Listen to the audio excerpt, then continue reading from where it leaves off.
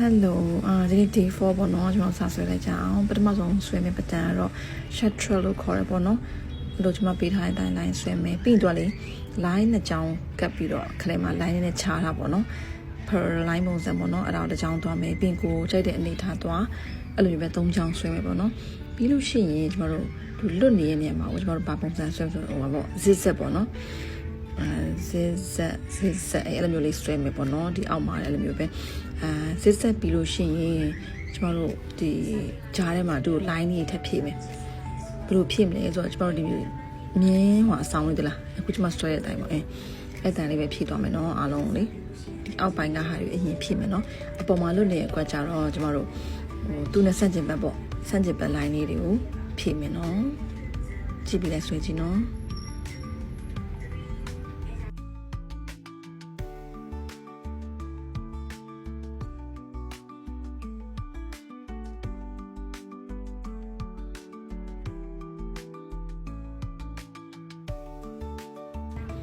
โอเคဒီမှာကျွန်တော်တို့စန့်ကျင်ဘက်ပေါ့နော်စန့်ကျင်ဘက်သွားတဲ့ဘက်ကိုဆွဲမယ်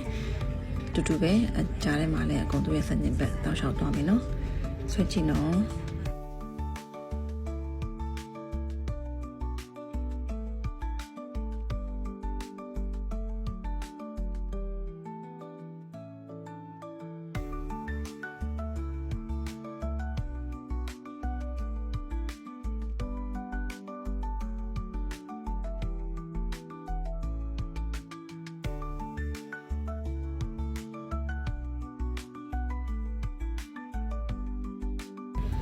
โอเคထုံးစံတိုင်းပြီးလို့ရှိရင်ကျွန်တော်တို့ shade လေးနဲ့ထည့်မယ်ပေါ့နော် shade လေးနဲ့ထည့်မယ် shade ထည့်ပြီးကျွန်တော်နောက်ပတ်တန်တစ်ခုပြန်သွားမယ်နော်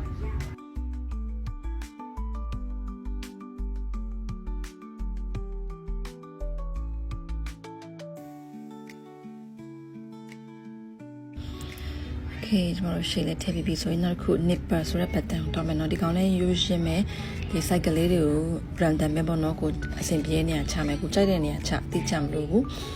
အကုန်လုံးကျမတို့ရန်ချထားရပေါ့နော်ချပြီးပြီဆိုရင်ကျမတို့ line လေးပေါ့နော်အသွင် line လေးတွေကို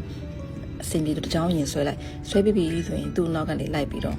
လိုက်လွတ်နေကြအကုန်လုံးအဲ့ direction အတိုင်းကိုပဲကျမတို့လိုက်ဖြည့်လိုက်မယ်ပေါ့နော်ပြည့်အောင်ဖြည့်မယ်နော်အကုန်လုံး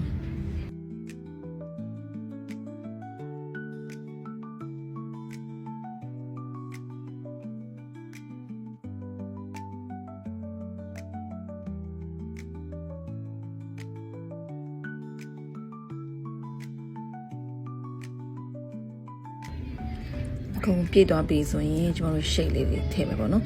shade လေးတွေကလည်းဒီဘောလုံးလေးတွေနဲ့ကြွချင်လို့ဒီဘောလုံးလေးရဲ့ဒီဘက်အောက်တောင်ပေါ့နော်ဥမာအလင်းရဟိုဘောကနေပေးရဆိုရင်ဒီဘက်တောင်အခုကျွန်မချက်ရပါတော့အဲ့ဒါလေးမှာလည်းခဲရပြီးကျွန်တော်တို့လည်း blend ပေးနိုင်မယ်ပေါ့နော် shade လေးတွေကိုလေ shade ထည့်ရင်ပုံကတော့ကြွတာပေါ့နော်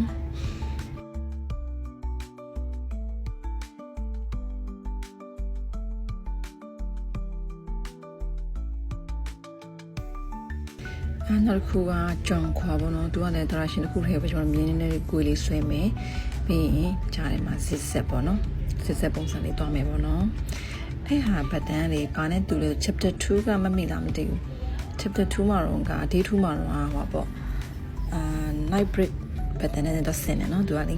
ဒါပေမဲ့ဒီကောင်တော့ zigzag တိုင်းသွားတာပေါ့နော်ဒီလိုပဲသူတစ်ကွက်ကြော်တစ်ကွက်ချာမှာ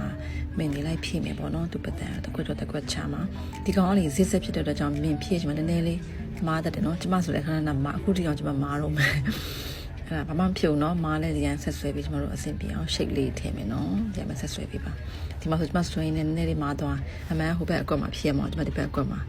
ဖြည့်မိသွားပါတော့စိတ်လောင်းရင်လည်းမားတဲ့ zigzag ဆိုတော့နည်းနည်းလေး message ကြည့်ရတယ်နဲ့ကြောင်တာပေါ့နော်ဒါမဲ့ relax ပဲเนาะ AC ပဲမားလဲကျမတို့အဆင်ပြေလို့အကွက်ချပြီးထပ်ဖြည့်ရမယ်เนาะပြီးကျမတို့တိုးရတဲ့ထပ်ဖြည့်ပြီး shape ဖြည့်လိုက်ရင်ပြီးပါပြီထုံးစံတိုင်းနဲ့ပြီးလို့ရှိရင်ကျမတို့ shape ထည့်မယ်เนาะ shape လေးထည့်တော့မယ်ပြီးလို့ရှိရင်တော့ကျမတို့ဒီ tangle တစ်ခုထပ်ဆွဲမယ်ပေါ့เนาะဒီပတ်တန်နဲ့ပေါင်းမယ်အရှိရပတ်တန်ထည့်စင်ရရတယ်ကိုတင်ထားပြီးတဲ့ကိုဆွဲပြီးတဲ့ပတ်တန်တွေအကုန်လုံးပေါင်းဆက်ပြီးတော့ကျမတို့ tangle တစ်ခုဆွဲမယ်เนาะ okay နောက်ဗီဒီယိုမှာပြန်တွေ့မယ်เนาะကျေးဇူးတင်ပါတယ်